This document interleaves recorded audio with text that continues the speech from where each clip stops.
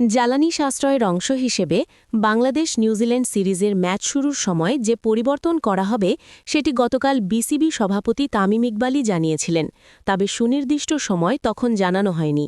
আজ Bangladesh cricket board BCB one day ও টি-20 সিরিজের ম্যাচ শুরুর নতুন সময় ঘোষণা করেছে। ওয়ানডে সিরিজের ম্যাচগুলো শুরু হবে বেলা 11টায়, টি-20 সিরিজের ম্যাচ দুপুর 2টায়। এর আগে ওয়ানডে ম্যাচ বিকেল 3টায়, টি-20 সন্ধ্যা 6টায় শুরুর কথা ছিল। নতুন সূচি অনুসারে ওয়ানডে ম্যাচ সন্ধ্যা 6:30 এবং টি-20 বিকেল 5:10 মধ্যে শেষ করার লক্ষ্য রয়েছে। 3 ম্যাচের ওয়ানডে ও টি-20 সিরিজ খেলতে নিউজিল্যান্ড দল বাংলাদেশে আসছে 13 এপ্রিল। মিরপুরের শেরেবাংলা জাতীয় স্টেডিয়ামে ওয়ানডে সিরিজ শুরু হবে 17 এপ্রিল। একই মাঠে দ্বিতীয় ম্যাচ 20 তারিখ। 23 এপ্রিল চট্টগ্রামের বীরশ্রেষ্ঠ মতিউর রহমান স্টেডিয়ামে হবে তৃতীয় ওয়ানডে।